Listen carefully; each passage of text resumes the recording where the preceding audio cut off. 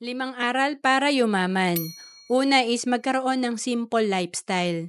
Importante kasi talaga mababa lang ang ating cost of living para kahit lumaki yung income natin, mas marami tayong malalagay sa investment at mas lalago ang ating asset.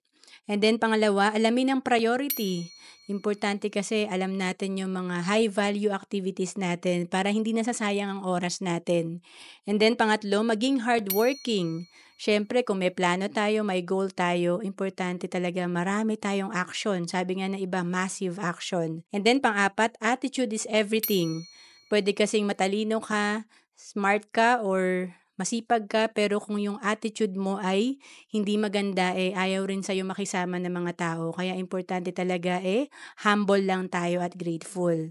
And then panglima, magnegosyo. Kung makikita natin sa cash flow quadrant ni Robert Kiyosaki, nandito sa quadrant 3 yung pagiging negosyante at quadrant 4 naman yung pagiging investor. Nandito talaga yung leverage. Ibig sabihin, mas lalaki ang income mo, mas makakabuild ka ng asset kung meron ka nitong dalawang to, negosyo at investment.